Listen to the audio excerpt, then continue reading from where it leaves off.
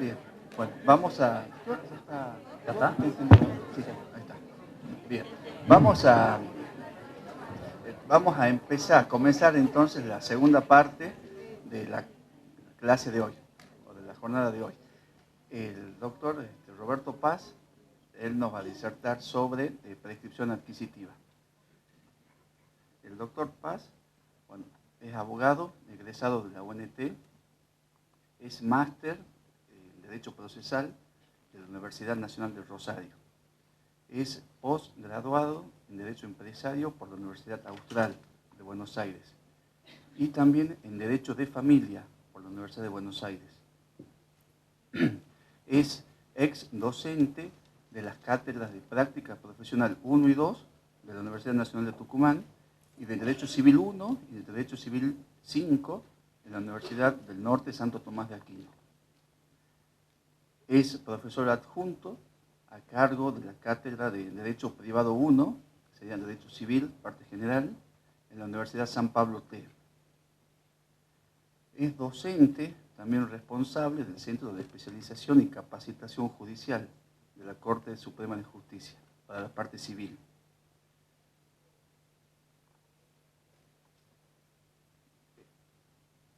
El autor de numerosas publicaciones, disertaciones, y es, digamos, él ingresó en el Poder Judicial hace 24 años.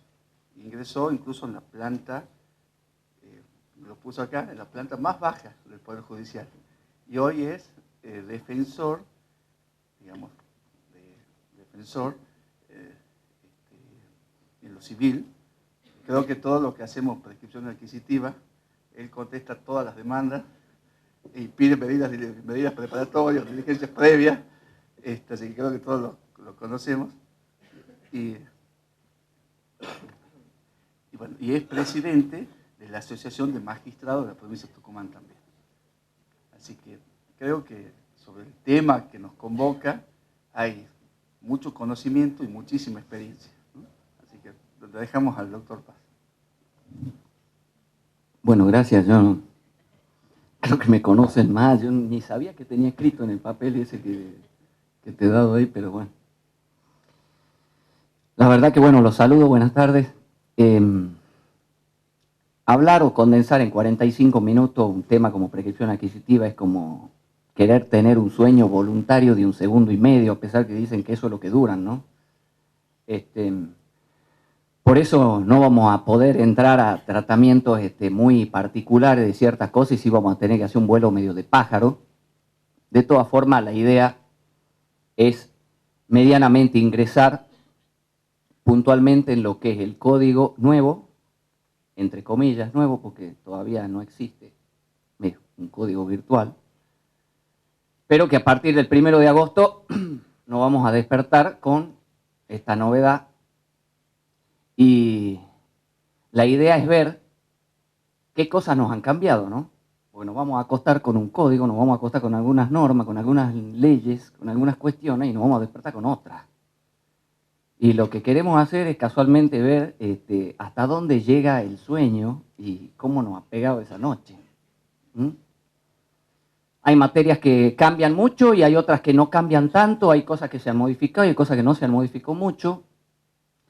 Sí les puedo decir que en estas cuestiones, particularmente en la prescripción y en el código en general, se ha notado mucho de que los autores del código son personas que han ejercido la judicatura. Se nota mucho la mano de los jueces en la confección de la normativa. Grandes avances que se han logrado en el texto legal hoy, que lo vamos a ver a partir del 1 de agosto, ya se habían logrado, eran batallas que se habían logrado jurisprudencialmente hablando. Muchos de los avances que se habían logrado jurisprudencialmente hablando, hoy están plasmados en la ley. Por eso les digo que se nota la mano de los jueces en casi todo el código en general, la doctora Kemmelmacher en familia, la doctora Hayton en reales, Lorenzetti y todos sus colaboradores, por supuesto, en las otras cuestiones. Nos parecía importante tratar el tema de la prescripción, porque la prescripción siempre, como les digo yo la prescripción la comparo con un arma.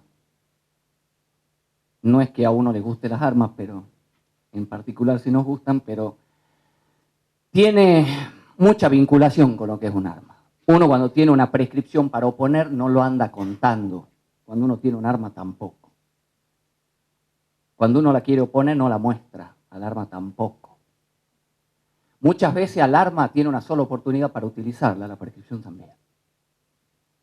Muchas veces al arma, si me descuido, me la saca otro y la usa contra mí, a la prescripción también. Entonces, si bien por ahí el paralelismo es medio mórbido, medio morboso, vale. El código viejo o actual decía que los derechos se adquieren y se pierden por el transcurso del tiempo o por la prescripción. Esta norma ha sido bastante criticada porque no solo se adquieren y se pierden, también se consolidan en el caso del usucapión breve. Pero el Código Nuevo, en el 2565, habla y refiere a que los derechos reales se adquieren por la prescripción, conforme el 1897 y concordante y subsiguiente y qué sé yo. Pero el Código Nuevo no define a lo que es puntualmente la prescripción como intentaba hacerlo, aunque sea en forma escasa o bastante limitada el código actual. El 2532 comienza diciendo que las normas para la prescripción se aplican tanto a la prescripción adquisitiva como a la liberatoria. Bueno, en este sentido no hay ningún cambio con relación al código actual. La mayoría de los códigos en el mundo tienen este sistema. ¿Por qué? Porque en definitiva toda prescripción adquisitiva es liberatoria y toda prescripción liberatoria es adquisitiva. Por eso la mayoría de los códigos tratan en un capítulo único a ambas prescripciones. Solo algunos códigos muy puntuales, algunos de Europa, como el suizo, el portugués, separan en capítulos diferentes lo que es la prescripción adquisitiva y la prescripción liberatoria. ¿Por qué digo que la adquisitiva es liberatoria y la liberatoria es adquisitiva? Porque yo en la prescripción liberatoria adquiero el derecho de no cumplir una obligación civilmente exigible. Y en la prescripción adquisitiva me libero de devolver una cosa o de la obligación de devolver. Entonces son como indudablemente dos caras de una misma moneda. Por eso es sano que el 2532, pudiendo haber tomado una cuestión como política legislativa, regularla o legislarla en dos capítulos distintos, ha decidido continuar con la misma idea de siempre. El 2534 dice que la prescripción opera a favor o contra todas las personas salvo disposición en contra. Los acreedores y cualquier interesado, fíjense en acá, cuando yo les hablaba del paralelismo entre la prescripción y el arma, dice los acreedores y cualquier interesado puede invocar la prescripción aunque el interesado no lo haga o renuncie a ella. En este sentido, nosotros actualmente tenemos una norma que es de similar tenor que el 3963. Ya vamos a ver cómo puede tornarse operativa esta norma, porque una cosa es que una norma diga algo y otra cosa es yo imaginar en la realidad cómo esa norma va a caer. ¿Cómo la voy a poder aplicar?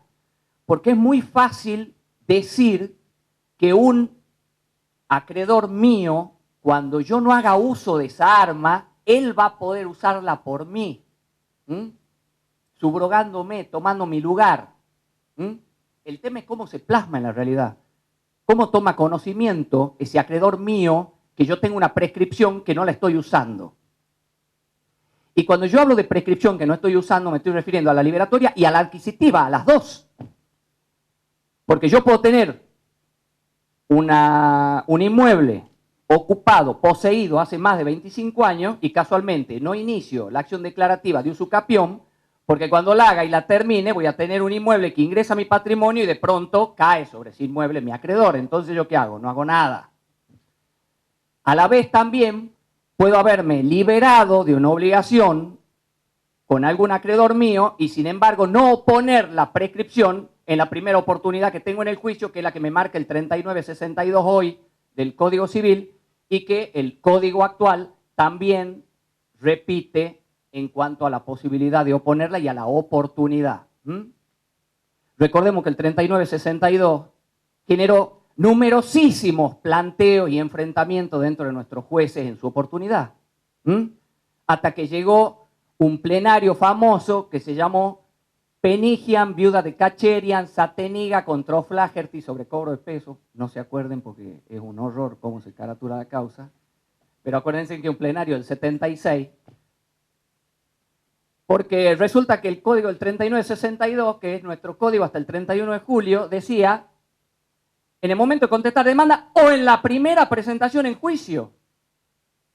Entonces, ¿qué hacía la parte? Y se presentaba en el momento cuando ya estaba a despacho para dictar sentencia la causa, y decía, siendo esta mi primera presentación en juicio, tal y como reza el 3962, vengo a poner la prescripción. Y se había ventilado una causa durante 8 años, y este señor oponía la prescripción en la primera presentación en juicio. Y esto generaba unas peleas sistémicas, casi como las que pasaban previo a Zamudio en el 2009 con el tema de la tasa activa, donde había salas que decían una cosa, una decía A, otra B, otra C, otra D.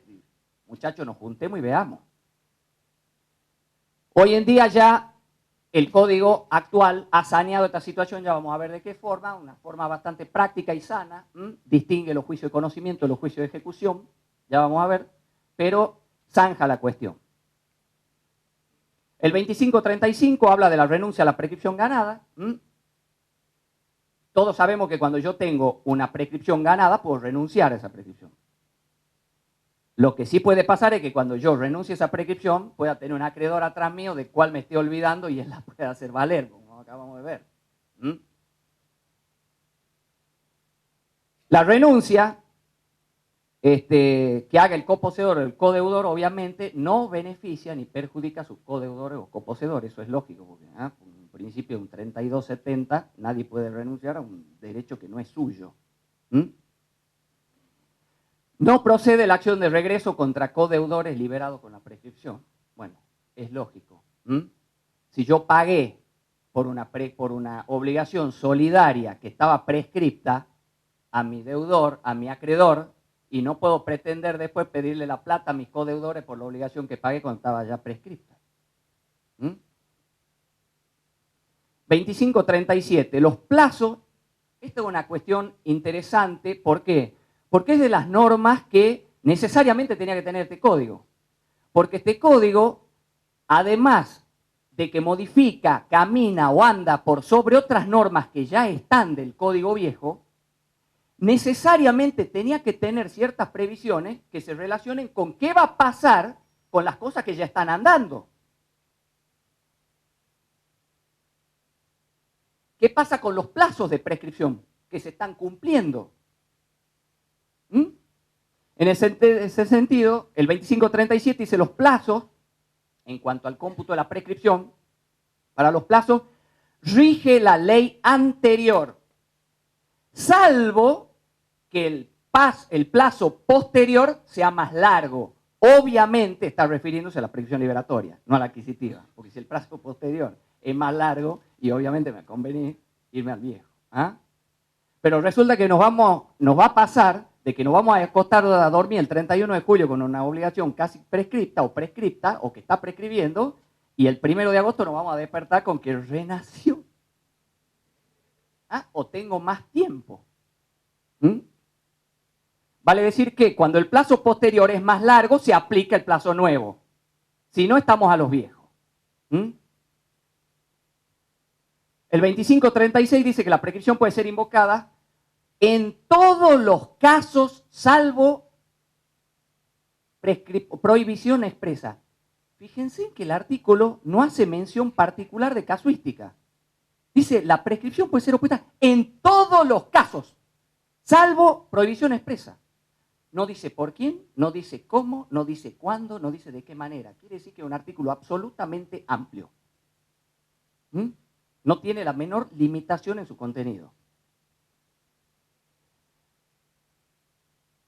Ahora, A mí me pareció, por una cuestión de orden, me parece más lógico en cuanto a la cadencia para irles dando. Empecé con el 2500 y pico, pero ahora vamos a bajar, porque así hace el código. Empieza con el 2500 y dice, de acuerdo al 1800 y me manda 700 artículos para atrás.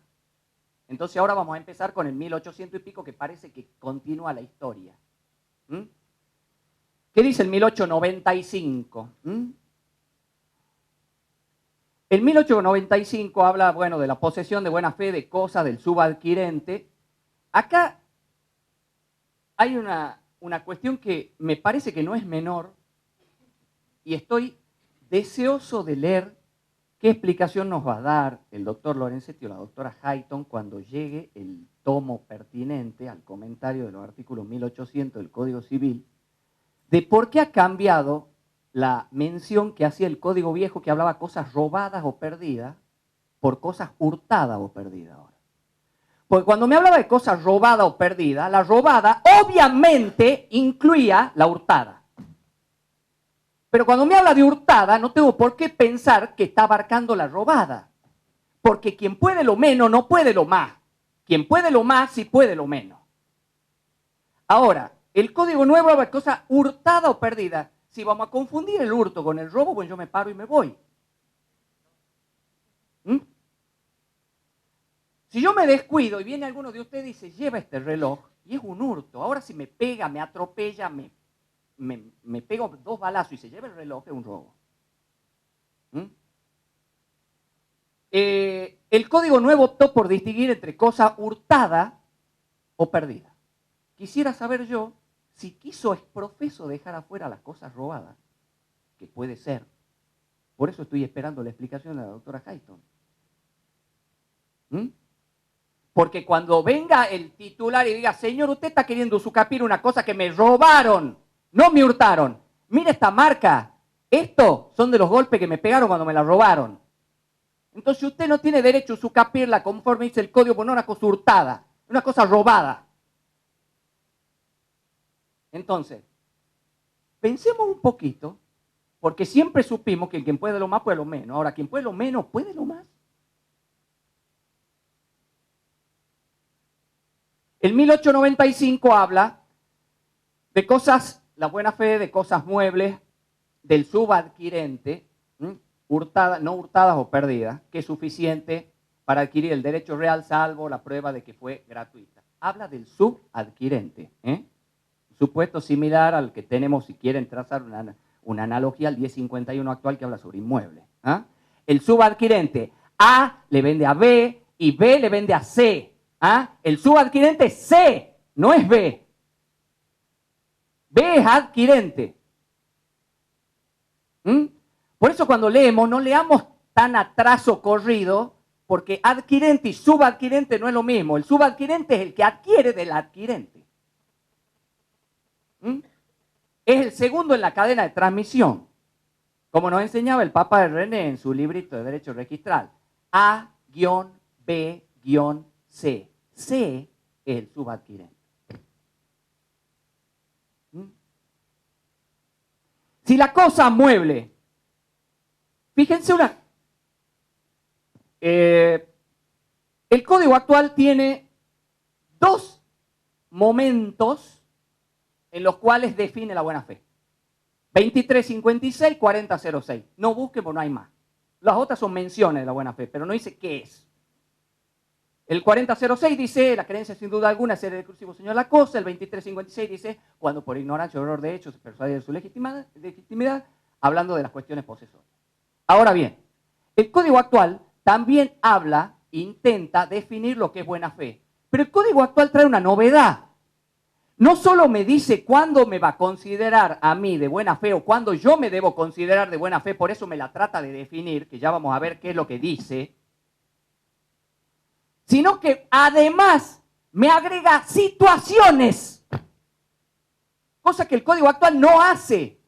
El código actual me define la buena fe y dice, si usted de buena fe pasa esto, si usted de mala fe pasa esto, si usted de buena fe pasa esto, si usted de mala fe pasa esto. El código actual me dice, ¿qué es la buena fe? Y me dice, cuando usted esté en esta circunstancia y pase esto y haga esto, yo lo voy a considerar de buena fe. Quiere decir que situaciones así como los doctrinarios distinguen entre la buena fe creencia y la buena fe lealtad, ahora vamos a tener que distinguir una buena fe conceptual de una buena fe empírica. Porque el código me dice, yo puedo considerarme de buena fe cuando esté en estas circunstancias. Pero ojo, cuando a mí me pase esto, el código me considera de buena fe. Y si no, me considera de mala fe. Y ya no está hablando de la definición de buena fe. No sé si les estoy siendo claro. Ahora cuando les explique, vamos a ver a qué me estoy refiriendo. Por ejemplo, el código dice, señores, si ustedes están por comprar un bien, el bien que sea, que si es de naturaleza registral, y ustedes no me hacen el estudio de título, o no se preocupan por saber a quién le están comprando, no van a ser reputados de buena fe. Vale decir que si yo tengo la creencia de serlo, él me está dando una casuística puntual en ese caso y me está matando la buena fe. Me está diciendo, señor, a pesar que usted se crea de buena fe, no lo es. Otra casuística, cuando usted compra algo que es registrable y que es de las cosas que se inscribe, pero su título no coincida con los valores identificatorios que tiene el registro, tampoco va a ser de buena fe. Oh, pero si yo le compré al dueño, es problema de usted, maestro. Fíjense en cómo la definición de buena fe va por un lado y la casuística me da buena o mala fe también. Disculpen que yo detrás de la pasividad del doctor Padilla para hablar, él trae cibernética, PowerPoint, computadora, yo vengo con mis hojas acá que no entiendo ni lo que he escrito y les grito. Discúlpenme. Sí, bueno. Yo a veces me alejo hasta yo me asusto de oírme. Fíjense en que en 1895 dice, si la cosa es mueble registrable, no hay buena fe sin registración. Cuestión traída de los pelos de la jurisprudencia. Hace rato que la jurisprudencia nos decía, señores, cuando estamos hablando de cosas registrables, usted no la registró, no me venga a decir que es de buena fe. Esa no es una novedad, es una novedad que está escrito en un código, pero no es una novedad para quienes venían aplicando las viejas doctrinas jurisprudenciales. Vale decir, yo soy de buena fe, ¿dónde está la inscripción? No la hice, lo lamento, no es de buena fe. Fíjense en cómo la casuística se suma a mi concepto o a mi propia consideración de buena o mala fe. Dice, fíjense, no hay buena fe si no hay registración o si habiéndola los elementos identificatorios no coinciden, que es lo que hablábamos.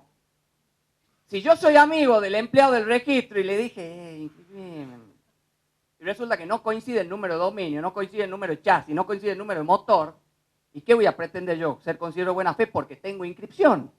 No coinciden los elementos. El código me está diciendo ahí, aunque usted se considere buena fe, nosotros no lo consideramos. ¿Qué efecto tiene la buena fe o la mala fe?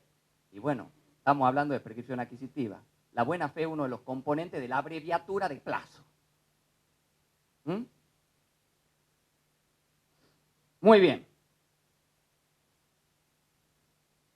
Yo, por una cuestión práctica, estamos hablando del 1895, pero lo traigo de los pelos al 1902, párrafo final, y les pido que lo agreguen si están macheteando por ahí, porque el 1902, el que agrega el tema que les decía yo, cuando estamos hablando de transmisiones sobre cosas que se registran, debo necesariamente demostrar que me preocupé por saber a quién le compraba y dónde inscribí lo que compré. Porque si no, no voy a ser reputado de buena fe. Vale decir que esta es una tercera característica que se me suma a mi supuesta buena fe. 1896. Fíjense lo que dice 1896, ¿no?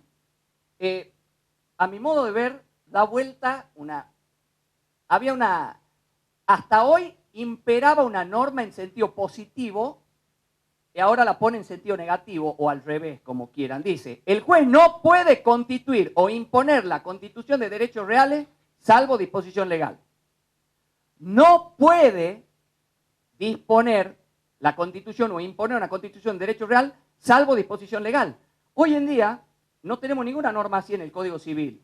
Quiere decir que el juez podía libremente imponer cualquier derecho real salvo una provisión expresa. O sea, hasta hoy es al revés.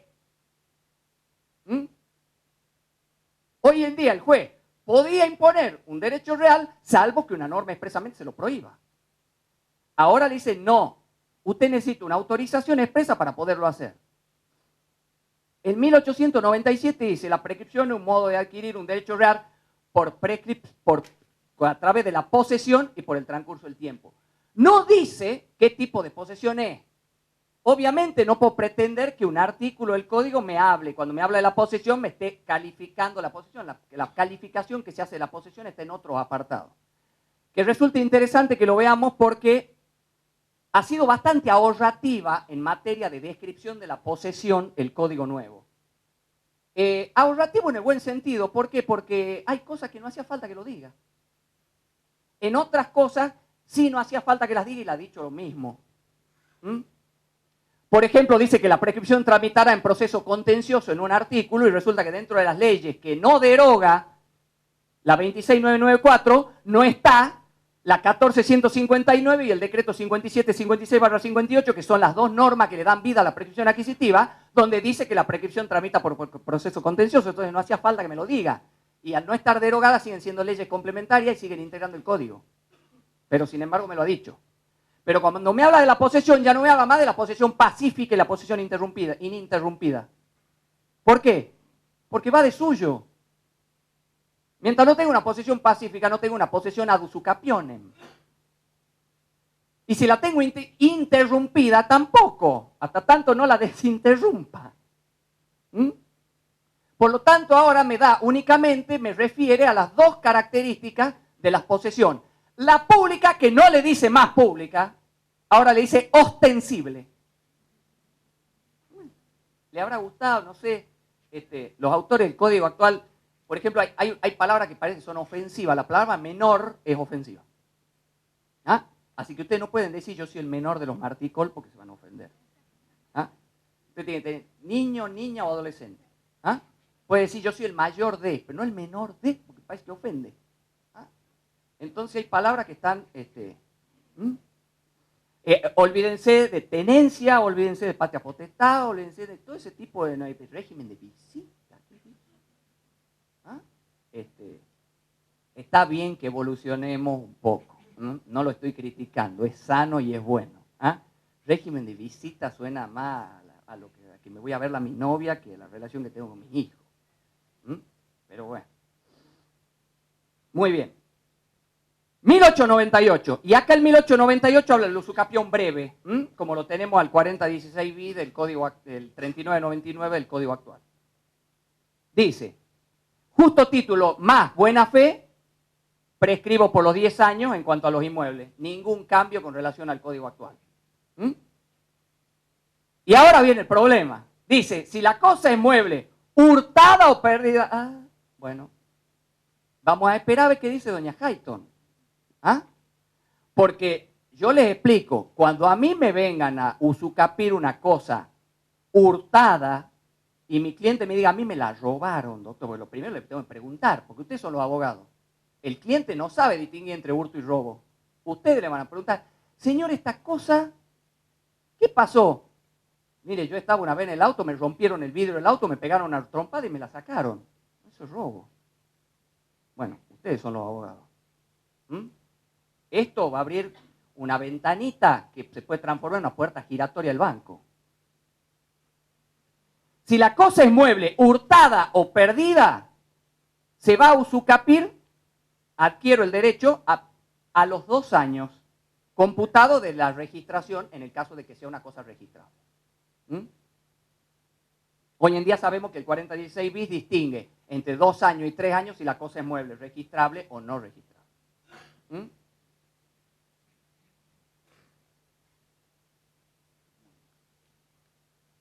El 1899 habla de la usucapión larga, que es más o menos, si quieren trazar el paralelismo, con el 4015 actual. no hay cambio en este sentido. Si no hay buena fe o no hay justo título o no hay ninguno de los dos, 20 años. ¿Mm? Ahora, si la cosa es mueble, registrable, no hurtada o perdida, y volvemos al caso, ¿por qué? Cuando hablamos de la cosa mueble, no piensen en el celular, no piensen en el reloj. Nadie hace una acción de usucapión por un celular o por un reloj, pero piensen en un auto. Y cuando hablamos del auto hurtado, es muy raro. Nunca encontré un auto hurtado. Siempre al auto me le rompieron la cerradura, y ejercer violencia en las personas o en las cosas es lo que me diferencia un robo de un hurto. Así que no me van a venir a decir que esto es un auto hurtado, que le sacó la llave mientras dormía al dueño y chuc chuc. Es el único caso del hurto. ¿Mm? Ustedes se ríen, pero el 2 de agosto lo va a ir a ver gente y yo me voy a reír cuando le plantee el caso del auto robado. ¿Mm? Muy bien. Cuando la cosa es mueble, registrable, no hurtada o perdida, y no esté encripta, dicen, fíjense lo que dice el código, y no esté encripta, eso se traduce en mala fe, de acuerdo a lo que me viene diciendo. Y no esté encripta, ¿se acuerdan que inscripción era igual a buena fe? Y no solo inscripción con los datos identificatorios correctos, porque si no también es mala fe. Y me dice, y cuando no esté encripta, pero recibida del titular o cesionario sucesivo, yo le preguntaría acá al autor, si la recibí del titular, ¿por qué no la inscribí? Perdón, ¿no? Pregunta estúpida.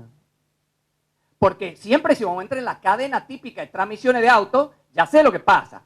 A le vende a B, B le vende a C, A se muere y C se muere detrás, pero se muere de la impresión porque tiene que hacer un sucesorio o un juicio de transmisión de automotor para poder juntarse con el 08.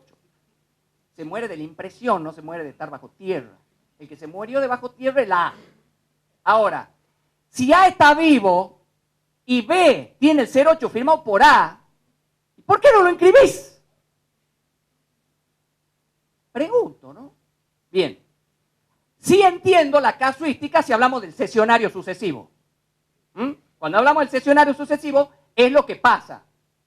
Pasa el boletito de mano en mano, de mano en mano, de mano en mano, y un día a alguien se le ocurre que siendo la inscripción constitutiva, por el 6582/58 de los automotores, che, ¿y si lo inscribo al auto?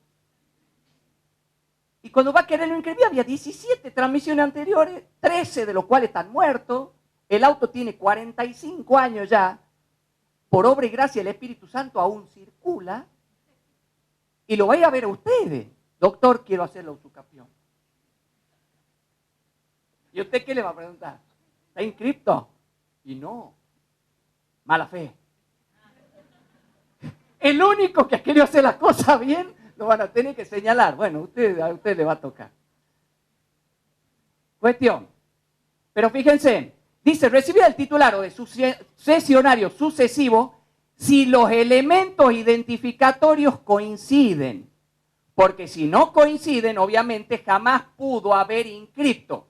Y si inscribió, al ser los elementos identificatorios incorrectos, también va a ser considerado de mala fe.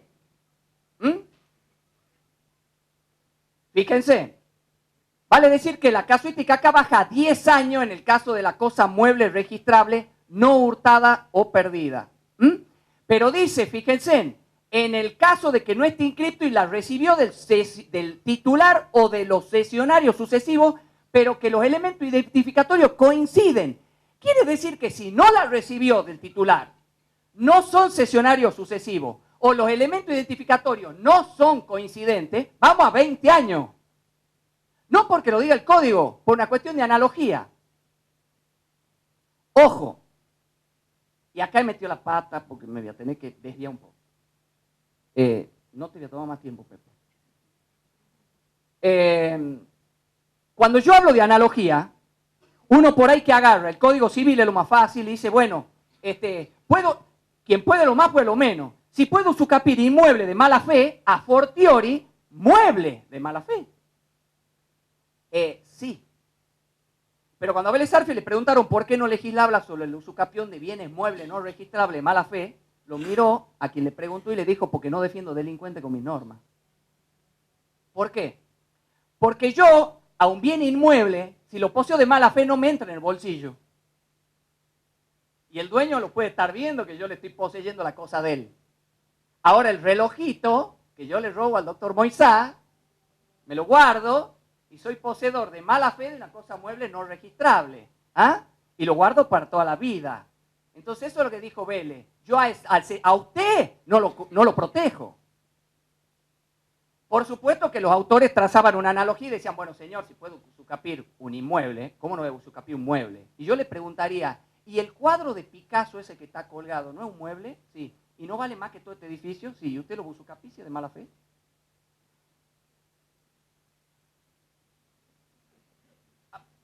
Sigamos. ¿Cuál es la analogía que tenemos que trazar?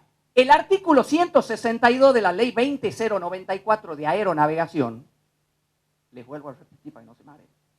El 162 de la 20094 de ley de aeronavegación habla de la posibilidad de usucapir buques con 3 años si tengo buena fe y justo título y 10 años si me falta la buena fe o me falta el justo título.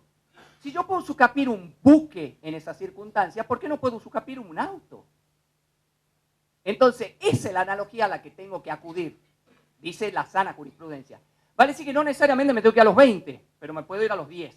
Pero sí, no voy a caer dentro de plazos menores como el de 2 que me da el código cuando tengo la buena fe o el justo título. Bien. Ya hemos visto que la posesión, dice el 1900, debe ser ostensible y continua. Fíjense, en continua es el adjetivo calificante de la posesión que menos utiliza el código actual. Antes era pública, pacífica, ininterrumpida y por ahí le mandaba un continua. El 4016. Hay gente que por ahí no distingue bien qué es continuidad e ininterrupción. Dice lo mismo. No. Posesión, la ininterrupción de la posesión hace que yo lo mire al tercero. El tercero es el que me interrumpe.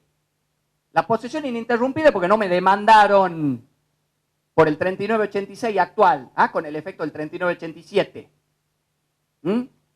El tercero me interrumpe. Ahora, la continuidad de la posesión es mía. Yo soy el que tengo posesión continua, con actos reiterados de posesión a título de dueño. Esa es la diferencia entre continuidad e ininterrupción. El 1901 habla de la accesión de posesiones. Fíjense en el 2474, el 2475 actual y el 4004 y el 4005 son los únicos 4 artículos que hablan en el código actual de accesión de posesiones. El 1901 habla actualmente de la accesión. No me quedan 5 minutos, así que no voy a entrar a distinguir lo que pasa con el código, con el 2474 y 2475, pues ya se nos va. Llega hasta el 31 de julio, Dalmacio. El 1902, ¿qué dice? Justo título para la prescripción, y este es un avance importante. ¿Por qué? Porque acá trajo antecedentes jurisprudenciales también. Nosotros cuando decíamos el 4010, que me define actualmente el justo título, que es aquel que reúne la solemnidad de ley, sin interesar de quién emana, qué cosa más horrible que diga eso. Porque ¿cómo no me va a interesar de quién emana? Sea más claro. Esa es una calificación de una situación jurídica que ni los abogados la entendíamos. Sin interesar de quién emana. ¿Qué me va a vender? No me importa. ¿Qué es eso? El código actual, ¿qué hizo? La interpretación que se le dio al sin interesar de quién emana, hoy en día está escrita en el código. Dice, aunque no tenga ni legitimación ni capacidad, que era lo que le daba sustento a lo que nosotros conocemos como escritura non domino. Mal dicha non domino, porque a non domino refiere a un no dueño.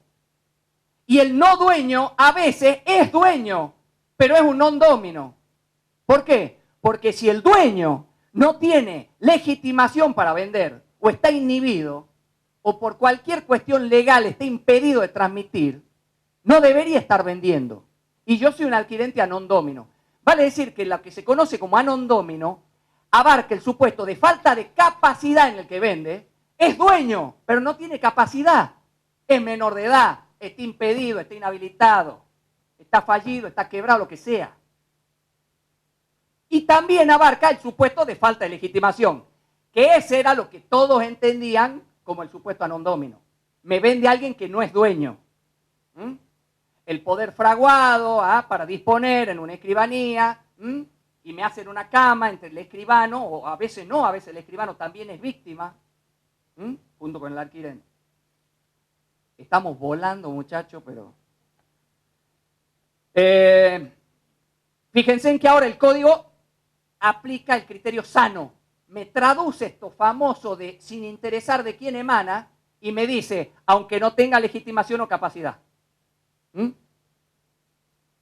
Fíjense, y acá el 1902 es el artículo que me habla de la definición de buena fe famosa esta que hablábamos, que es una definición bastante lógica que me dice no haber conocido ni podido conocer la falta de derecho sobre la cosa. Esa es la buena fe. Que no conocí ni pude haber conocido la falta de derecho que tengo sobre la cosa. Pero ahí viene la aclaración morbosa de la que les dije.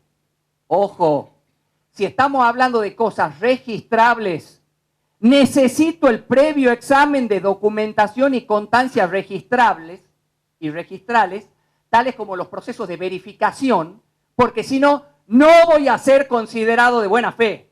Vale decir que yo, para decirle a un juez, señor juez, yo soy de buena fe, no solo tendré que tener inscripción, si es un bien registrado, no solo tengo que tener coincidentes los elementos identificatorios, sino que le tengo que acreditar que puse mi debida diligencia para saber a quién le compraba. El estudio de título famoso, que antes era una opción que yo ejercía ante un escribano como una cuestión no solo de buena fe, sino una cuestión de buena diligencia y práctica para con mis propios derechos, un interés propio, hoy en día es una imposición, es un contenido necesario de mi buena fe. El 1903 dice que la posesión se inicia con la fecha del justo título y bla bla, no es muy útil. Si por la prescripción breve, vamos a ir un poco más rápido porque si no, Pepe me mata. Una cuestión sumamente interesante y algo que se incorpora, esta vez no de materia jurisprudencial, pero sí materia doctrinaria, y acá la doctora Hayton le devuelve el favor a todos sus colegas que escribían sobre derechos reales. Ella demostró que era la dueña de la lapicera. Salvat, La Palma Bouvier, Peña Guzmán, todo lo que alguna vez decidieron escribir sobre prescripción adquisitiva, dijeron alguna vez, señores, acá cuando alguien adquiere por usucapión larga, la usucapión es con efecto retroactivo al momento de inicio de la posesión. ¿Están entendiendo? Comencé a poseer en el año 60, hoy adquiero. Mi título es retroactivo al año 60. Eso pensaba la mayoría doctrinaria. Elena Hayton, con quien humildemente comparto el criterio, porque yo tengo un libro escrito en la materia, donde esta cuestión la escribí hace como 7 años y la acompañé en su forma de pensar, ella dice, señor, ¿por qué voy a generar una ficción legal que no existe? Yo adquiero cuando cumplo los requisitos legales. Si usted posee desde el año 60 y necesita 20 años, no pudo haber adquirido antes del año 80. Por una cuestión lógica. Empezó a poseer en el año 60, aunque tenga 10 años, porque el código actual dice que puedo tomar para mí la posesión a partir de los 10 años. Pero si comencé a poseer en el 60, en el 80 soy dueño recién. Los derechos reales constituidos con anterioridad y quedan vigentes. ¿Por qué? Por una cuestión lógica. Yo no era dueño mientras lo constituyó el titular registral, que él era el dueño. Elena Hayton hoy aplicó su criterio. Dijo, señores, cuando salga la sentencia va a tener que decir necesariamente desde qué momento se adquiere el derecho real, pero va a ser una vez cumplidos los recaudos legales, no retroactivo al inicio de la posesión. Y una cuestión que yo, la verdad que se me ocurrió de tantas prescripciones que uno maneja, yo en el año 2002 o 2003 escribí alguna vez diciendo que los jueces de oficio deberían ordenar la anotación de litis en un juicio de prescripción adquisitiva. Hoy está en el código. que en el primer decreto el juez debe ordenar la anotación del ITI. Bueno, son cosas que son un placer para uno, que vayan.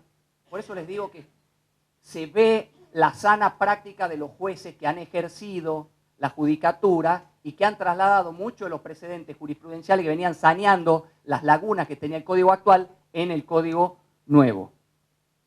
Y con esto, muchachos, espero no haberlos aburrido. Les pido 1000 disculpas, me excedí 2 minutos. Muchas gracias, ¿no?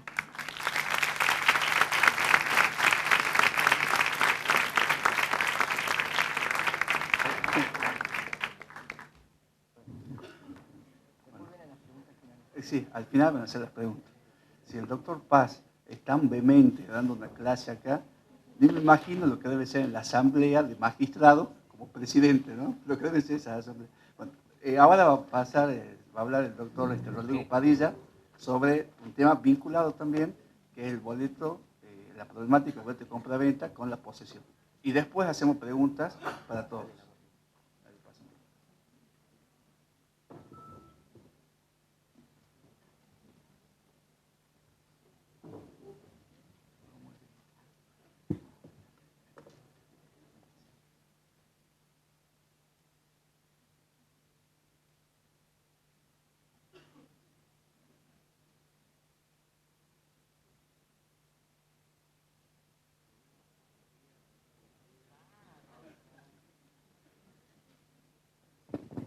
Volvemos al 2014 en realidad. 2015, perdón. ¿Está funcionando esto? Buenas noches. No me van a presentar porque no tengo tanto pasado, tengo más futuro. Espero. Mi mamá está enojada por la conferencia de mi hermano, así que la voy a hacer quedar bien. Con el tema de boleto de compra-venta. He perdido el apunte que tenía para dar la exposición. Hoy lo perdí en el estudio cuando quería hacer el último repaso.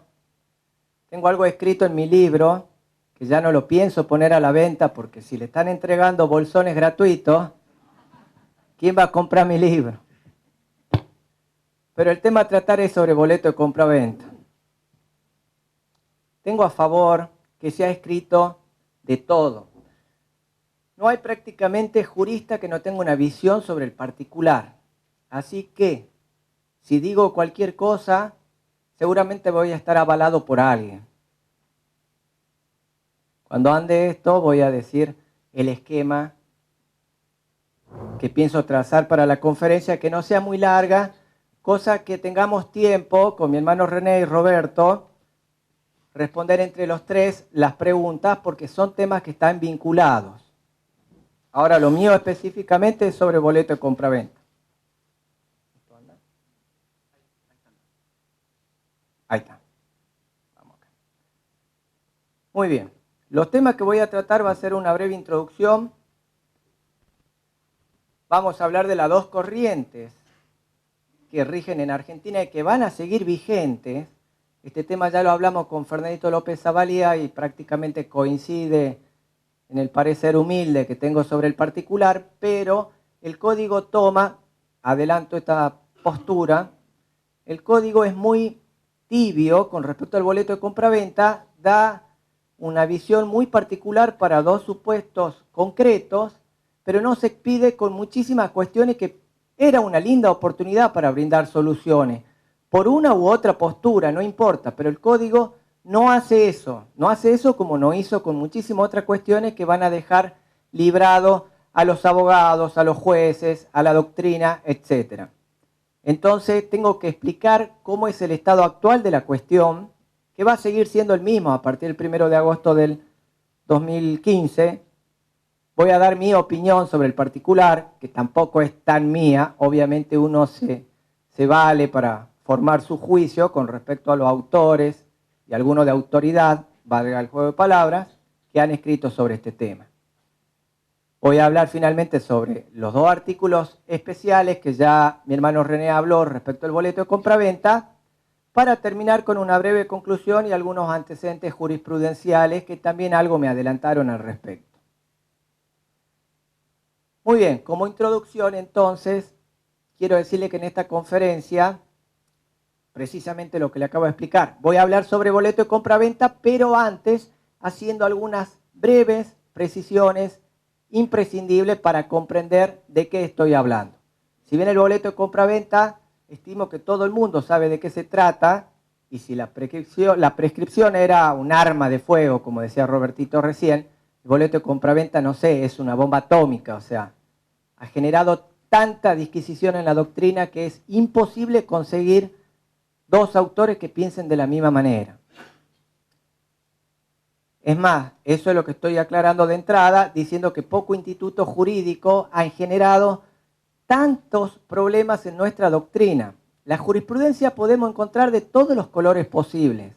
Y la ley, sea ley particular, sea ley especial que se iban incorporando al Código Civil, jamás brindó una solución definitiva respecto de este tema.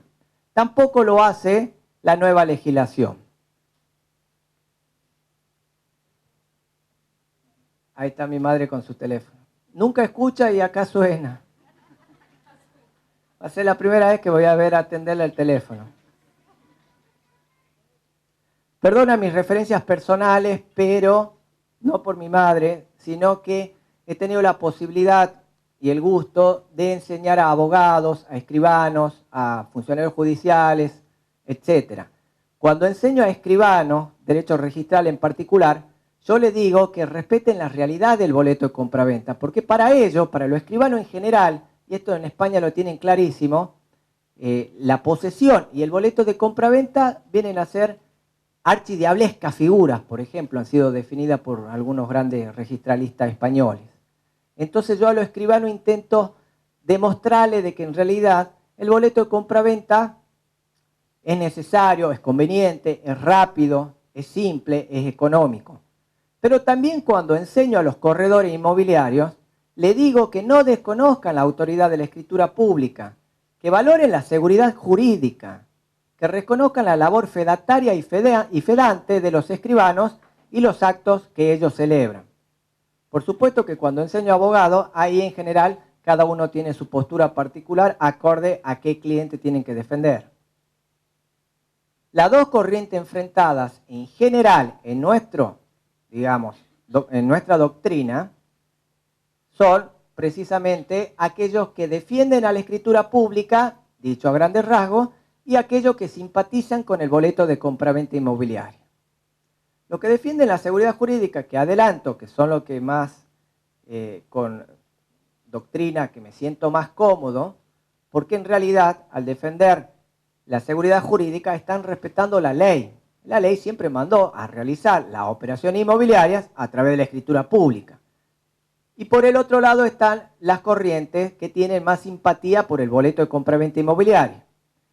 Se dice, o ellos arguyen a su favor, de que en puridad tienen más que en consideración a la ley, tienen en consideración una cuestión social, la solidaridad, y bregan por defender la justicia. Ahora yo me pregunto si se pueden encontrar dos valores tales como la seguridad jurídica y la justicia. Por cierto que la justicia es el valor fundante, es cierto, pero ¿puede haber justicia sin seguridad? Son preguntas que no tienen respuesta o que tienen la respuesta acorde a quién sea el jurista que tenga que darla y se ajuste más, por supuesto, a su posición.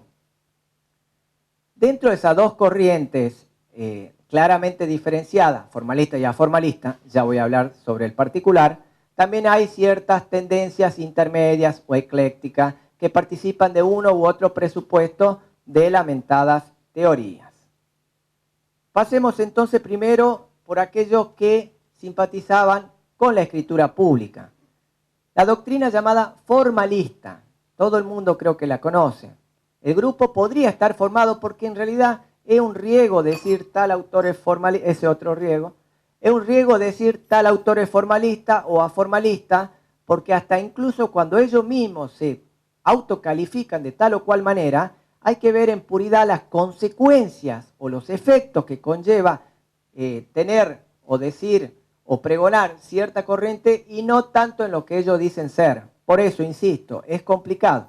Si vamos a hablar de López Zavalía como típico autor formalista, de Fernando López Zavalía hay que leer curso introductorio al derecho real, al derecho registral, perdón, hay que leer parte general de los contratos, parte especial de los contratos, tomo 1, contrato de compra-venta precisamente, forma en la parte general de los contratos y 2 libritos que son una joyita sobre derechos reales. O sea, se imaginan si uno quiere ver puntualmente y a partir de ahí decir, ah, bueno, Fernando piensa de tal o cual manera porque a veces habla de un derecho real provisorio, información, etcétera, pero yo voy a dar una visión más clara, más contundente, que creo que es conocida en todo el país, de Fernando López Zavalía, y por eso lo pongo en primer término como un típico autor formalista, junto al lado de Alcina Tienza, Hayton, que poco hizo con el código, a veces más, a veces menos, Lafayette, Gatti Alterini en parte, Mariana y Vidal en parte, y Padilla, bueno, mi padre en parte. En general entienden estos juristas, cuando digo en parte en realidad es porque prácticamente forman digamos, este grupo intermedio o esta corriente ecléctica que no comparten todos los lineamientos de la doctrina claramente enfrentada formalista versus aformalista. En general, los autores formalistas dicen que el boleto de compraventa inmobiliaria es un contrato de compraventa preliminar y no un contrato definitivo porque adolece de un defecto formal al no haberse empleado la escritura pública impuesta por ley. López Zavalía, en particular, sostuvo que el boleto de compraventa tendría una naturaleza jurídica bifronte. En tanto que naturaleza jurídica bifronte dice, como contrato de compraventa es nulo. Nulo por defecto de forma, afectado de una nulidad efectual por oposición a la nulidad plena, que serían las donaciones de bienes inmobiliarios. Se me va esto. Las donaciones de bienes inmuebles estarían afectados, yendo al artículo 18.10 del Código de Vélez, de una nulidad plena. En este caso en particular, la cuestión del boleto de compraventa inmobiliaria estaría afectado de una nulidad efectual que no genera los efectos propios de ese tipo contractual específico, que es dar la cosa en propiedad y pagar el precio, pero que sí genera otro tipo de efectos. De hecho, también, volviendo a esta naturaleza jurídica bifronte, contrato de compraventa nulo, pero también es un contrato preliminar válido que como tal obliga a las partes a suscribir la pertinente escritura pública. Entonces vean esta bifurcación que puede tener el boleto de compraventa o esta doble naturaleza que tiene en cabeza del maestro tucumano de Fernando López, que es contrato de compraventa nulo, pero a su vez como preliminar válido. Y en tanto que preliminar válido, también van a ser válidas las señas, las arras que hayan realizado las partes. El pacto comisorio expreso también funcionaría, no el tácito, pero el expreso sí, en el contrato de compraventa, y otro instituto como ser la lesión sobreviniente. Por supuesto que para Fernando López Zavalía, el boleto de compraventa inmobiliaria no es un justo título, y ya voy a aclarar esto, a los fines de la prescripción corta. Para René Padilla, mi padre, decía en realidad que el contrato de compraventa, decía en realidad, hay que ver muchos libros y sentencias, etcétera. Hago un resumen muy acotado de su pensamiento. Que el contrato de compraventa era un contrato de compraventa válido, pero ineficaz. Ineficaz para generar los efectos propios de ese tipo contractual especial, que son precisamente la datio rei o dacio rei y el pago del precio. La entrega de la cosa en propiedad no lo genera por esta ineficacia particular que tiene el boleto de compraventa, y el pago del precio, por lo menos no como obligación civil. Para López Zavalía incluso sería una obligación natural el pago del precio y la entrega de la cosa. Lo que pasa es que mi padre decía que sí puede generar la obligación de entregar la cosa, pero en posesión, no en propiedad. Y también coincidía con Fernando López Zavalía diciendo de que era un contrato, que el boleto de compraventa no servía para fundar una prescripción adquisitiva corta. Ya voy a hablar rápido del 49, 10 y 12, que tiene mucho que ver con el 1902 que acaba de nombrar Robertito Paz recién. Vamos con la doctrina aformalista. Entonces, la doctrina formalista en general o hablan de del boleto de compraventa, que es un contrato de compraventa nulo, o directamente dicen que es válido pero ineficaz. Está faltando algo en definitiva. La doctrina aformalista, que puede, yo por lo menos, los autores que pude ver y que enrolo en esta corriente, estaría Guaya, porque todo el mundo lo conoce, aquí por lo menos, Borda, Bustamante Alsina, Gámez, Espota, Garrido Andorno, Morelo, ya en una forma más moderada. ¿Qué pasa con todos estos doctrinarios? Dicen que debe protegerse al comprador con boleto de compraventa, sobre todo si el mismo detenta la posesión de la cosa. Yo creo que mucho más que protegerse al comprador con boleto, más que nada, cuando existe una verdadera protección, están más teniendo en consideración la posesión que el boleto de compraventa mismo.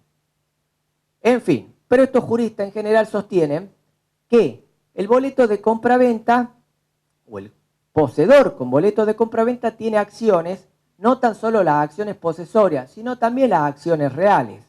Además, el boleto de compraventa puede ser un título válido, según esta postura, y que por ahí generaría un aplazo en alguien que tiene que rendir derechos reales, pero según esta postura, el boleto de compraventa sería un título válido para fundar una prescripción corta. Además, el boleto de compraventa también serviría para interponer una tercería de dominio, amén de la de mejor derecho, la cual no se discute.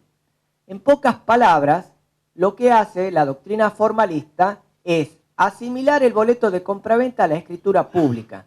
Prácticamente todos los efectos que se consiguen con la escritura pública, obviamente pasado a ver título, modo, inscripción registral, para aquello que le interese, todo nos interesa el código nuevo. Se sigue manteniendo el mismo sistema del título en materia inmobiliaria, en la escritura pública, artículo 1017, inciso A. El modo va a ser la tradición, el 577 de Vélez, ahora el 750, y la inscripción registral, si estamos hablando en materia inmobiliaria, que sigue siendo de carácter declarativo, es el artículo 1893. Entonces, volviendo a esto, más allá de toda esta cuestión de título, modo, inscripción registral, aquellos que defienden la postura aformalista en general equiparan a la escritura pública en tanto que título a lo que es el boleto de compraventa, diciendo que esta compraventa celebrada vía un instrumento privado es válida y eficaz y tiene que tener los mismos efectos que la escritura pública. Por ejemplo, Guayar entendió en un libro precisamente sobre compraventa y permuta que a la escritura pública no se la tenía que realizar en el título. Fíjense en esto muy particular. Aprovechando que no está Guayar, puedo hacer una crítica fuerte. Con López Sablea tengo que tener cuidado que acá hay tres defensores. No, ¿qué es lo que dice Guayar? Guayar dice que a la escritura pública se la puede suscribir junto al modo tradicio, al modo traditio. ¿Por qué dice eso? Porque en realidad se ha discutido mucho y se ha estudiado bastante con respecto a la naturaleza jurídica del modo. El modo en tanto que constitutivo del derecho real y antes de la tradición la creo no adquiere ningún derecho real sobre la cosa. 577, insisto, 750 el nuevo código, salvo disposición legal en contrario, solamente agrega. Dice, ya que tiene naturaleza jurídica ya que tiene una naturaleza jurídica bilateral, ya que hace falta la voluntad del tradens con la de la sapiens, y ya que muchos dicen que el modo tiene una naturaleza contractual, ahí es donde hace falta realizar, practicar o hacer la escritura pública, no en el título. Fíjense en cómo se invierte un poco los términos. Lo que uno entiende por título, modo e inscripción registral, en esa postura está totalmente desvirtuado. Entonces, ¿qué es lo que está logrando Ernesto Guayar con esta posición? Está logrando ganar un espacio temporal para defender al comprador con boleto de compraventa. Y dice, bueno, no en el título, sino en el modo, hace falta la escritura pública, porque el título basta el boleto de compraventa. Pero después, en todo su desarrollo, el comprador con boleto de compraventa surge o luce sumamente tutelado, sin importar si en realidad había realizado o no la escritura pública en aquel momento que era el modo. O sea, la idea de Guayar, el preconcepto de Guayar, estaba en defender a ultranza al comprador con boleto de compraventa y posesión, porque nunca más vuelve a exigir la escritura pública en aquel momento modo, que se supone que va a ser a los 2 meses, a los 3 meses, a los 4 meses, etcétera, de suscribir el boleto de compraventa. Pasemos. No es tan, digamos, aformalista desde este punto de vista la posición de Guayar si la comparamos con la de Borda y Bustamante Alsina, que decían que el comprador con boleto de compraventa era titular de un dominio imperfecto. Y Gámez fue más lejos al decir que el poseedor, o sea, comprador con boleto de compraventa y posesión, era directamente un dueño. Habrán notado que hay muchas teorías, existe para todos los gustos. Yo no voy a seguir complicando desde el punto de vista doctrinario, sino simplemente dar una pequeña opinión o aporte propio sobre esto para hablar, sí, de las dos normas que tiene el Código Nuevo. Por de pronto yo entiendo que es imposible determinar a priori reglas genéricas que permitan resolver mágicamente esta cuestión. No lo hizo el Código de Vélez, por supuesto. A veces se alega que Vélez en el ejercicio profesional había defendido a un comprador con boleto de compraventa, pero eso es una tontera. Si uno ve el artículo 1184 originario del Código de Vélez y todo el Código de Vélez, el 49, el 12, el 10, etc., se van a dar cuenta que no era partidario del boleto de compraventa para nada. Sin embargo, cuando se mete mano a través del legislador del 68, la 17711 tampoco es tan concluyente. Si bien se incorpora el artículo 2355 y el 1185 bis, no da una solución de fondo a esta cuestión. La ley nueva, la legislación nueva, el Código Civil y Comercial, tampoco lo hace. Es que es imposible brindar una definición o, digamos, una solución definitiva sin antes, por lo menos, consentir en algunos puntos fundamentales, y es un tema que jamás se hizo. Es obvio que no se puede suprimir al boleto de compraventa, lamentablemente para mi madre que es escribana, menos aún al comprador con boleto y posesión. Ahora, prescindir totalmente de la escritura pública da tanto como bregar por una inseguridad jurídica total, lo que en realidad conlleva, digamos, a un caos en la vida civil. Si existen tanta escribanía, esto ya saliendo un poco del tema puntual este, si existiera no el sistema latino cerrado que tenemos a los fines de la obtención de registro y que a veces es demasiado cerrado, pero si existieran tantas escribanías como kiosco hay, sería un descontrol. Y si encima el boleto de compraventa tuviese el mismo valor que una escritura pública, y no tan solo lo hacen los escribanos, sino los abogados, los corredores, las partes, etcétera, sí vamos a estar en una inseguridad jurídica total. Entonces, ¿qué es lo que se puede hacer? Y ahí está el meollo de la cuestión, el centro de la cuestión, y cada jurista tiene su propia visión sobre el particular. Ahora bien, cierta doctrina dice, y reitero, que el comprador con boleto de compraventa sería un dueño, prácticamente. ¿Qué digo yo? Que afirmar eso es peligroso, es contradictorio y es falso. Porque no puede engendrar el dominio, el boleto de compraventa, ni siquiera un dominio imperfecto. Más allá del dominio de información, que es una teoría muy evolucionada, muy exquisita, que habría que verla en el libro de López Zavalía en la parte de derechos reales. Pero dejando eso de lado, el comprador con boleto de compraventa y posesión no es dueño. Porque si llegara a ser dueño, tendríamos que decir que va a haber dos dueños sobre la misma cosa. Porque el vendedor todavía va a figurar como dueño o como titular registral, por lo menos para el registro va a figurar como dueño, y al lado del nuevo dueño que es el comprador van a existir dos dueños sobre una misma cosa, lo cual es imposible, salvo que sean condóminos, por supuesto. Y si no existen dos dueños y seguimos con esa línea de pensamiento, tendríamos que decir que no hay ningún dueño. Es decir, y esto es más aberrante que el decir que hay dos dueños, porque si no hay ningún dueño, estamos atentando contra reglas básicas, elementales. Una, por ejemplo, que dice que no existen res nullius inmobiliarias, es decir, no puede haber cosa inmueble sin dueños. Peor aún, un derecho, mejor dicho, un pilar básico del derecho de la obligación y de la convivencia armónica está que ante el incumplimiento del deudor, él mismo tiene que responder con su patrimonio. El patrimonio es la prenda o garantía, gaj, común de los acreedores.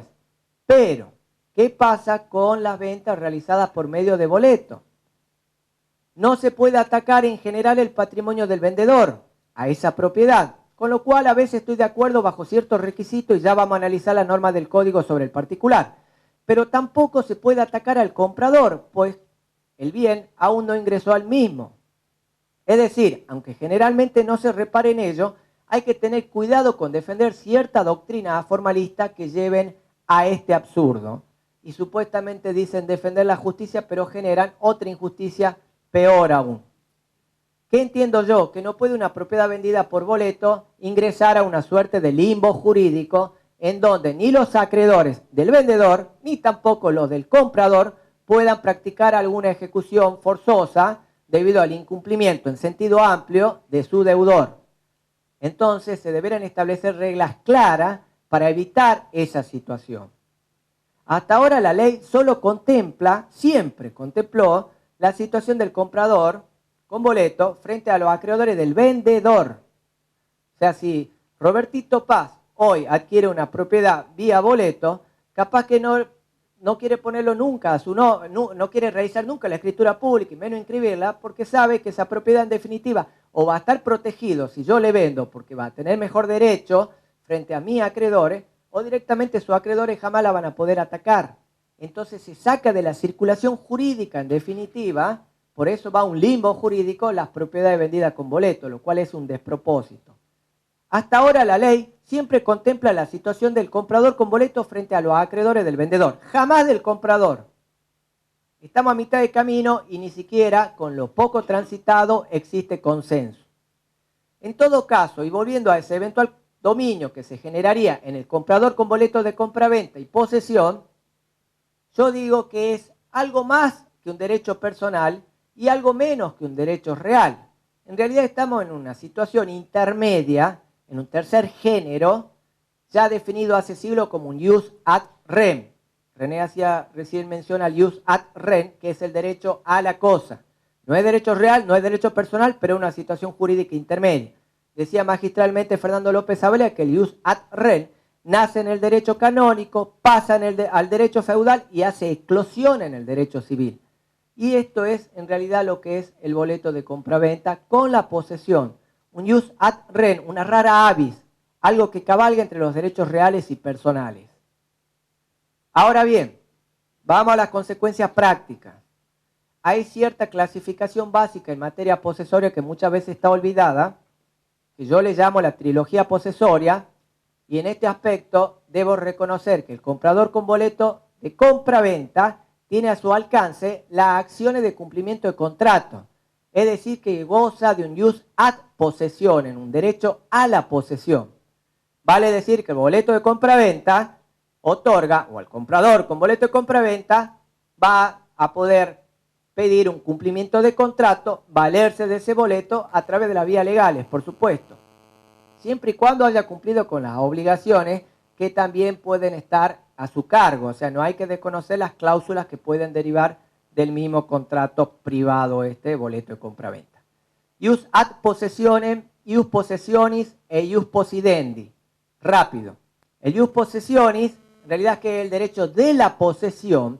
También yo entiendo que el comprador con boleto de compraventa y posesión va a gozar de esas acciones a los fines de defender su posesión frente a casos que turben o priven de su libre goce. Ahora bien, en el Código de Vélez, el poseedor con boleto de compraventa era considerado un poseedor legítimo. Decía el 2355, se considera legítima la adquisición de la posesión mediante boleto de compraventa. Es cierto que antes el mismo 2355 decía que la posesión legítima era el ejercicio de un derecho real constituido de acuerdo a la conformidad de este código. Es decir, era una contradicción evidente, pero estaba ese artículo 2355 agregado por la ley 17711 que le daba la calidad de ser poseedor legítimo al comprador con boleto de compraventa. Hoy no tenemos un artículo de esa naturaleza y de mi punto de vista, lamento disentir con René en este caso, pero para mí el comprador con boleto de compraventa es un poseedor ilegítimo. Ya voy a decir por qué. Ahora, sea legítimo o sea ilegítimo, lo mismo tiene a su alcance las acciones para defender su posesión. Ya sean si la están turbando o privando, según el tipo de ataque, va a tener el tipo de defensa. Si hasta los poseedores, si hasta los tenedores la tienen, mucho más la va a tener el poseedor con boleto de compraventa. Legítimo, ilegítimo, etcétera. Con la nueva legislación, insisto, dudo mucho que pueda ser calificada como legítima la posesión adquirida a través del boleto de compraventa, pues no importa el ejercicio de un derecho real o personal se refiere más que nada a tenencia, constituido de conformidad con las previsiones de la ley, dice el 19 y 16. No obstante ello, en el nuevo código, en la materia de la protección de las relaciones reales, como bien dijo René, son relaciones reales, no relaciones de poder, es una terminología que no tenía un consenso doctrinario en general. Las relaciones reales, que son la posesión y la tenencia, se otorga a ambos tipos de defensa, tanto, insisto en esto, a los poseedores cuanto tenedores.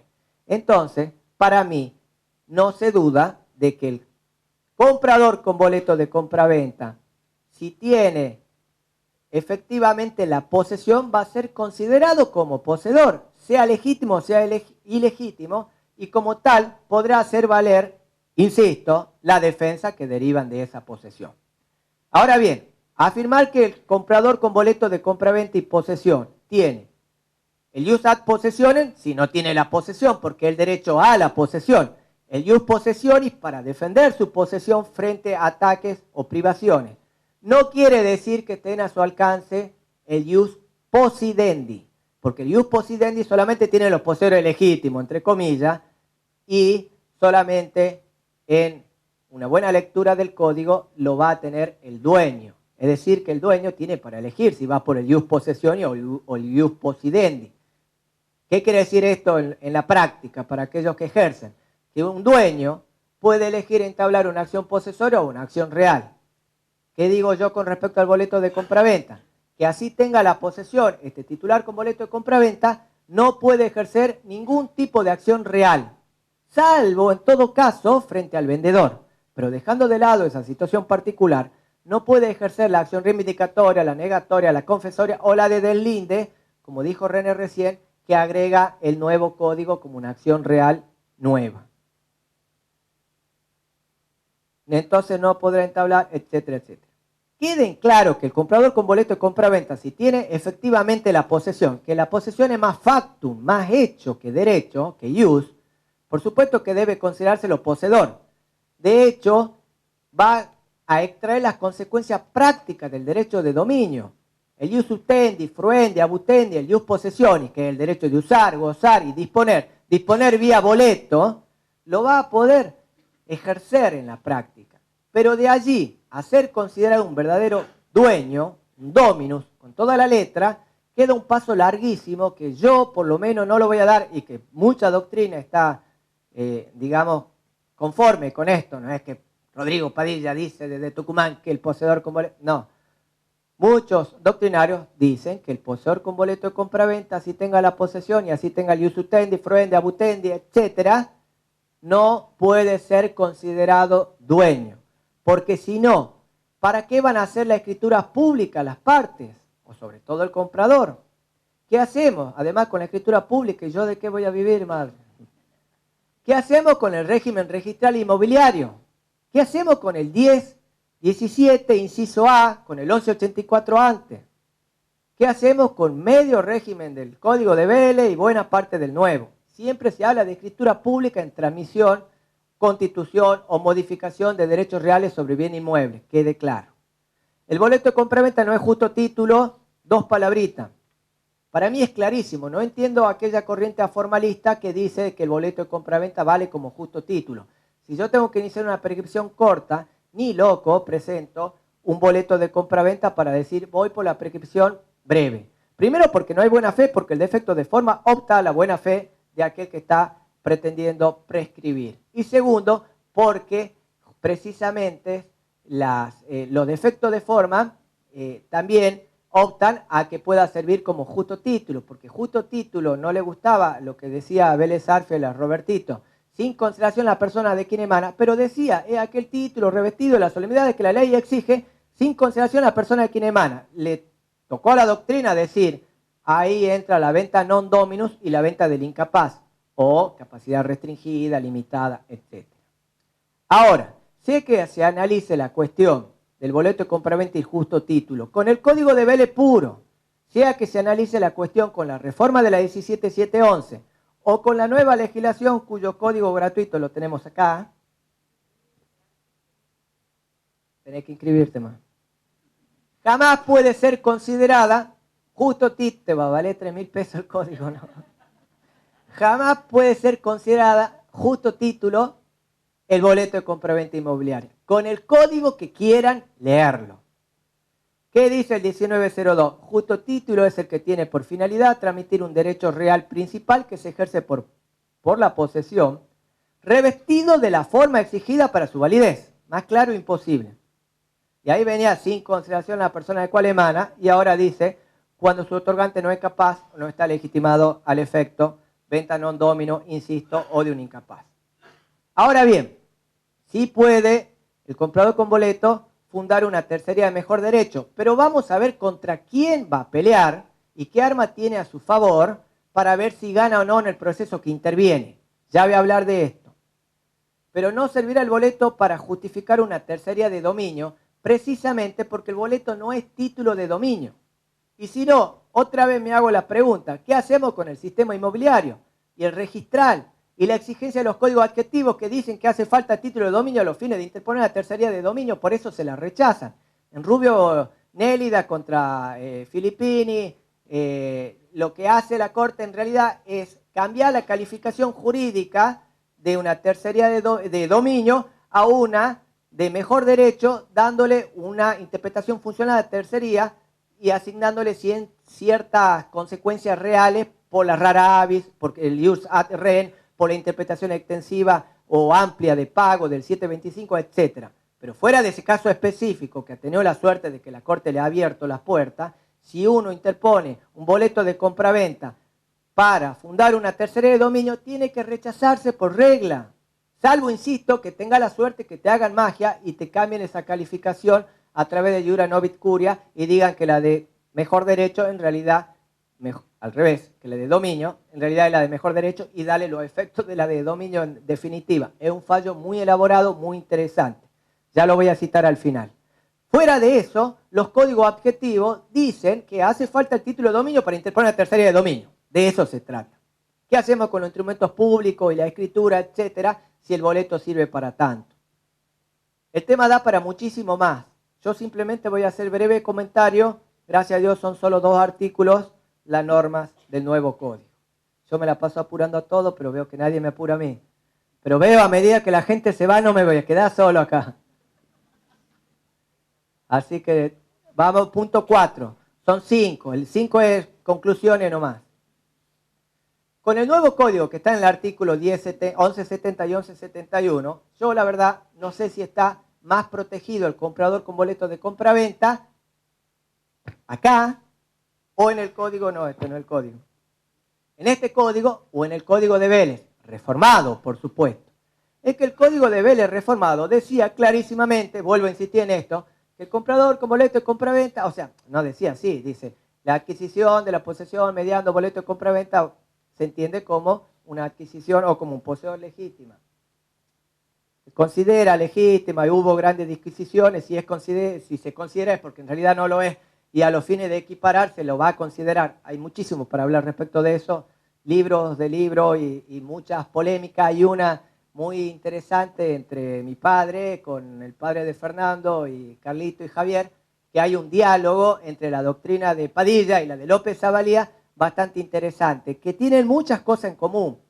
Además que, bueno, Fernando como maestro de mi padre hace, y lo que era él, que hacía siempre gala y era un espectáculo verlo, se lo hace muy interesante por lo menos leer ese diálogo para aquellos que puedan leerlo. El tema es el siguiente, y precisamente ahora a través de muchas ideas de López Zavalía se vuelve al pensamiento de Padilla. Ya voy a terminar con los antecedentes jurisprudenciales. La cuestión es la siguiente. Yo ahora no sé si está más protegido el comprador con boleto de compraventa y posesión, con el nuevo código, o si antes, con el código de Vélez reformado, donde consideraba legítima la adquisición de la posesión mediante boletos de compraventa, por más que sea una contradicción evidente con la primera parte del 2355, porque a través de ese cabal reconocimiento que decían el poseedor con boleto de compraventa es un poseedor legítimo, se le daba una fuerte protección. Ahora no la tiene o no la va a tener a partir del 1 de agosto. ¿Qué van a decir la doctrina formalista? A ver, me fui para acá. Es decir, ustedes no tienen nada, así que ni saben qué tengo acá. Puedo tener el partido de River. Aburrido. ¿Qué va a decir la doctrina formalista? Porque hay algo importante acá. No se ha tomado partido por ninguna de las posiciones. El código no dice, en su 2671 artículo, si va a tener una postura formalista o aformalista. Simplemente dos artículos, son el 1170 y el 1171, hace mención al boleto de compraventa inmobiliaria. Entonces, al no tomar partido por la naturaleza jurídica del boleto de compraventa, los Guayas, los Padilla, los Alterini, los López Zavalía, todos van a seguir defendiendo su postura, porque no están mal ni bien.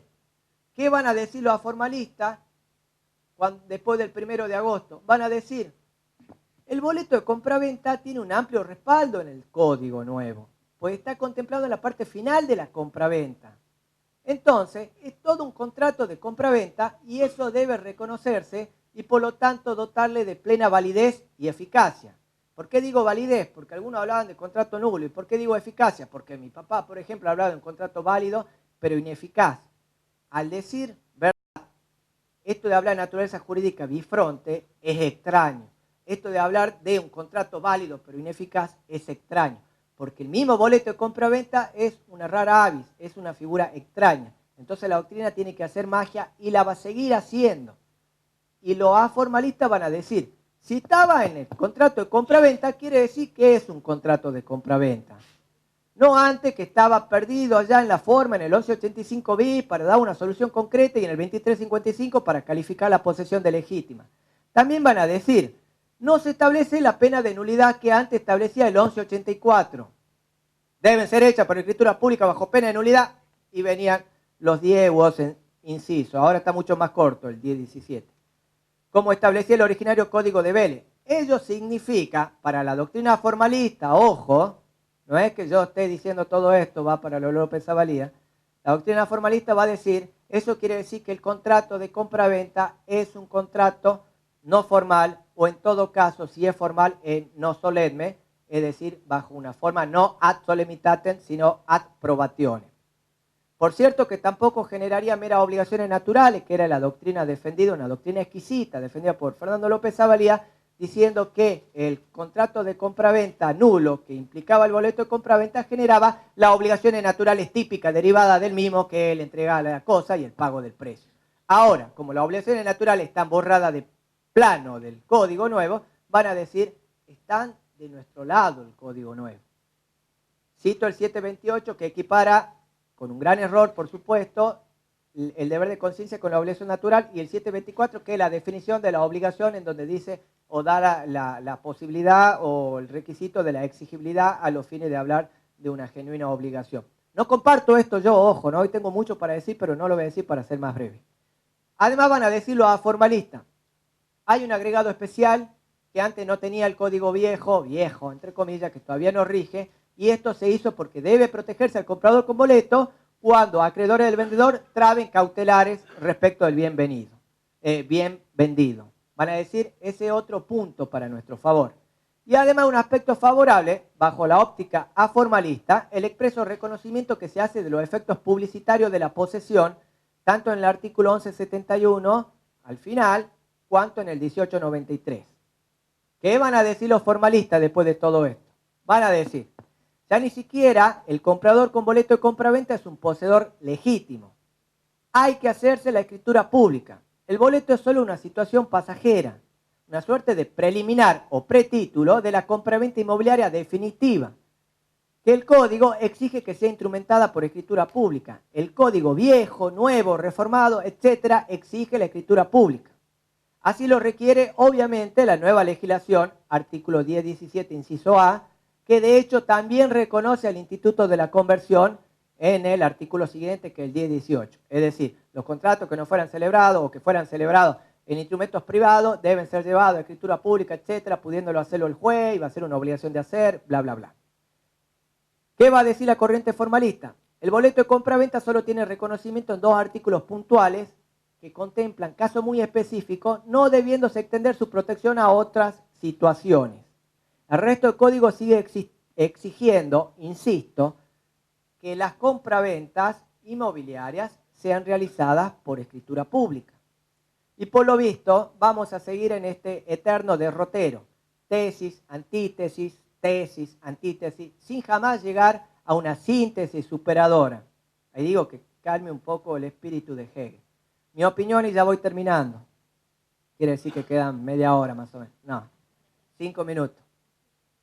Por mi parte, bueno, en otras ocasiones dije que no es factible establecer una regla concluyente y general que resuelva a priori todos los casos que puedan plantearse frente a una situación de conflicto publicitario, posesorio y registral. El estado actual de la doctrina y la legislación tampoco ayudan para establecer esta deseada meta. El operador jurídico, entonces, debe atenerse a cada situación en particular, lamentablemente, y valorar, además de las precisas normas que el código tiene, entre otros extremos. Esta vendría a ser mi postura en pocas palabras. Si el comprador con boleto cuenta o no con la posesión, entre otros motivos por la función publicitaria que puede tener la posesión. El tipo de derecho registrado y de acreedor implicado, por ejemplo, si tiene o no privilegios ese acreedor. La buena o mala fe de los litigantes, hay todo un tema con respecto a esto. Tal vez la inscripción, que en puridad no es inscripción sino es anotación, incluso va en el rubro de limitaciones y restricciones al dominio, no va en las titularidades, pero bien. Tal vez la inscripción o anotación del boleto en cuestión, como se permite en el sistema tucumano, el sistema registral tucumano. La existencia o no de fecha cierta en los instrumentos privados. Si no tiene fecha cierta, olvídense, o por lo menos si no hay certidumbre de la existencia anterior a la traba de la cautelar o la apertura del concurso, etc. Hay que tener en cuenta también el posible cumplimiento de la contraprestación a cargo del comprador con boleto y su proporción. Y en última instancia, también puede resultar muy útil acudir a un principio temporal que se resume en ese brocárdico tan conocido, prior in tempore y potior in iure. Pero en realidad, este primero en el tiempo, mejor en el derecho, solamente funciona ante caso de paridad, cuando ya el juez no puede resolver de otra manera. Porque el prior in tempore y potior in iure, que desde 1981 viene resaltado René, se lo viene pregonando como la solución para estos casos de conflictos publicitarios, posesorios y registral, no es una solución que a mí me convence para nada. Prior in tempore y potior in iure es en igualdad de condiciones, o cuando ya no quedan otros argumentos con los cuales dirimir la cuestión de mayor peso. Entonces, todos estos temas, todas estas cuestiones, todo esto extremo debe tener en cuenta el sentenciante a la hora de emitir su fallo. Esto fue antes de que salga el código. Cuando salió el código nuevo, ahora no es que me haya copiado a mí, ni mucho menos. Le pasó lo de Robertito, que se ha seguido una que otra cuestiones que uno decía, porque decía tanto que alguna cosa de las tonteras que dije seguramente están en el 1170 y el 1171. No porque me hayan seguido, por supuesto. Que tampoco sé si es bueno o malo que siga el código. Si yo digo el código ha seguido la doctrina de López de Zavalía, no sé si eso es algo que va a favorecer o no. Finiquitando. ¿Cómo está regulado en el 1170 y en el 1171? Ahí digo, hay que ir al capítulo tanto, versículo tanto, sección tanto. Vayan al 1170 y 71 más simple. ¿Qué dicen en los fundamentos? Se aclaran y resuelven numerosos temas que han sido muy discutidos. Mentira. No se aclara ni resuelve ningún tema que ha sido muy discutido. En el 1170 se determina que el boleto de compraventa inmueble otorga el derecho al comprador de buena fe, quien tendrá prioridad sobre terceros que hayan trabado cautelares. Terceros que hayan trabado cautelares respecto del vendedor. El comprador con boleto de compraventa va a tener mejor derecho. ¿Será un derecho casi real o más bien personal? Es decir, ¿será un jus ad rem, será un derecho a la cosa, o van a esperar una subasta y darle el importe de la venta de lo que vale esa cosa vendida? Yo entiendo que los jueces van a ir resolviendo de que es un jus ad rem. Pero lo que dice el 1170 es que el comprador de buena fe tendrá prioridad sobre terceros que hayan trabado cautelares si se cumplen estos requisitos. El comprador contrató con el titular registral o puede subrogarse en quien lo hizo mediante un perfecto eslabonamiento con los adquirientes sucesivos. Esto quiere decir que hay que respetar el tracto sucesivo, tanto en sus manifestaciones de continuidad e identidad. A simple vista, uno puede entender que se admite hasta 2 boletos de compraventa, pero le dejo esa cuestión en su casa si se quieren torturar con el artículo. También hace falta, amén de haber contratado con el titular registral o subrogarse en la posición jurídica de quien lo hizo, tiene que haber pagado por lo menos el 25% del precio con anterioridad a la traba de la cautelar. Además, el boleto tiene que tener fecha cierta. Dirá alguna jurisprudencia que en realidad la fecha cierta puede ser suplantada por una certidumbre concreta respecto de que el boleto ha sido realizado con anterioridad a la traba de la cautelar o del concurso preventivo. Veremos. y si la adquisición tiene publicidad suficiente, sea registral o sea posesoria. Y el 1171 lo que hace es seguir el artículo, no importa, lo que hace el 1171 es seguir el artículo que ya tenía el Código de Vélez, reformado por la ley 17711, que es el 1185 bis, que en realidad también lo había tomado la legislación concursal, la 24522, en el artículo 146, daba una solución casi similar a lo que es el 1171, que dice que el artículo 146, 24522, insisto, dice que los boletos de compraventa de fecha cierta, otorgados a favor de adquirentes de buena fe, son oponibles al concurso o quiebra del vendedor si se hubiera abonado al menos un 25% del precio. El juez debe disponer de que se otorgue la escritura pública. Si la obligación es a plazo, el comprador puede valerse de ese plazo y si va a hacer uso de esa posibilidad de pagarla en plazo, se tiene que constituir una hipoteca en primer grado en garantía del saldo del precio. Se dice en los fundamentos que en realidad esa norma era de tipo concursal, pero como tenía un valor histórico importante, se la ha entendido interesante mantenerla en el código de derecho privado. Conclusiones. Una conclusión nomás. Lástima que no funcione esto. Yo voy a dejar la diapositiva porque de toda la doctrina que existen, por lo menos que yo he consultado, no he visto de dónde se ha tomado directamente la solución del 1170 y el 1171. Pero sí encontré un fallo de la Corte de Mendoza que es prácticamente literal a ambos artículos. Así que aquellos que quieran ver la diapositiva van a ver cuál es la fuente real y directa, porque el proyecto del 98, el del 92, el del 93, el del 87 no tenían normas similares. Para concluir entonces, yo digo que en el Código Nuevo solo se tratan de esas situaciones particulares para hacer prevalecer al comprador con boleto y buena fe, de fecha cierta, frente a acreedores del vendedor, sea ante caso de ejecución individual, 1170, sea colectiva, artículo 1171, siempre y cuando se cumpla ciertos requisitos. Nada más, es decir que la polémica va a seguir abierta. Muchas gracias.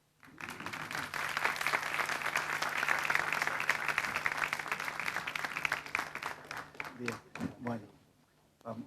Abrimos el espacio para preguntas, lo que quieran hacer. Han abierto la puerta. Se abrió la puerta. Bueno, yo le haría una pregunta,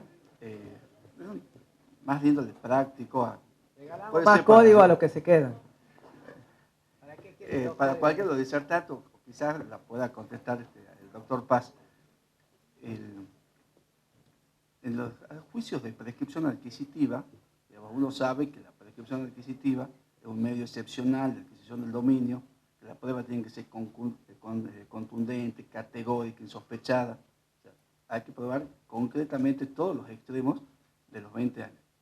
Pero sin embargo, en la práctica, la dificultad más grande que hay en los juicios de prescripción adquisitiva, en Tucumán por lo menos, es trabar la litis. ¿Por qué? Porque por la ley 24149 se manda, yo digo como que los jueces se lo tomó demasiado en serio a ese artículo. O sea, hay que respetarlo obviamente, pero no al extremo que está pasando, me parece a mí. Por eso quería un poco ver la opinión de ustedes. La ley manda informe, registro, obviamente, titular registral para evitar el fraude, que por lo menos que el titular registral conozca. Generalmente, me pasó, era una prescripción adquisitiva de un loteo de un ingenio, años 60, más o menos 50 y pico. Titular registral, una persona física, bueno, después informe al Secretaría Electoral, último domicilio si está fallecido, informe mesa de entrada, sucesión iniciada, año 52, 53. A buscar el expediente, por suerte apareció el expediente, apareció la declaratoria, 8 hijos. ¿Por suerte o por desgracia? Claro, después pensé que fue por desgracia. Hay que es mejor que no aparezca. En realidad después... La intervención al defensor de ausente y si el expediente no existe... Claro, bueno, exactamente, fue por desgracia en realidad. Y después cambié la vía, porque lo hice por otro lado. 8 hijos, porque había boletos, pero si no había, ¿entendés? Claro, de eso había 5 muertos, también fallecidos, incluso algunos en otras provincias. Entonces era una maraña imposible. Digo, pero si ya si hay posesión, que la posesión en sí da publicidad. Yo estoy totalmente de acuerdo con el criterio de la Corte Nueva, del fallo, que está también en el Código, de que la posesión da publicidad y que eso es la mayor protección que tiene la publicidad de la misma posesión. Entonces, ante eso veo que hay como una desvirtuación del instituto y que es una cosa saneadora que termina siendo bastante complicada a veces por esa situación. No sé cuál es tu Si opinión. estás queriendo que te diga que el boleto de compraventa es justo título a los efectos de No, la situación breve, no te lo voy a decir. No, es que en ese caso hice escrituración. Sí, Jugándome con la que a mi modo de ver prescripción, prefiero un juicio ¿entendés? de usucapión y no uno de Claro. escrituración. Porque, digamos, Claro, el Código Nuevo tiene una disposición muy técnica en cuanto al domicilio, y si la quieren leer, creo que es el artículo 76, que habla puntualmente de cuando uno busca a un demandado, se lo va a notificar en el domicilio en que tuviere registrado. Si no tiene ninguno, a donde estaba. Se los considera como un mendigo a los efectos del 90 actual que tiene domicilio legal. Entonces, usted le puede demostrar al juez que lo buscó, estaba allá, la Secretaría Electoral informó un domicilio, ese domicilio usted notificó, no estaba, punto, esa notificación vale. No a los efectos de que usted lo tenga como rebelde, pero sí vale a los efectos de que usted lo ha buscado. Entonces ahí le dará intervención al defensor de ausente para que le sane todo el trámite.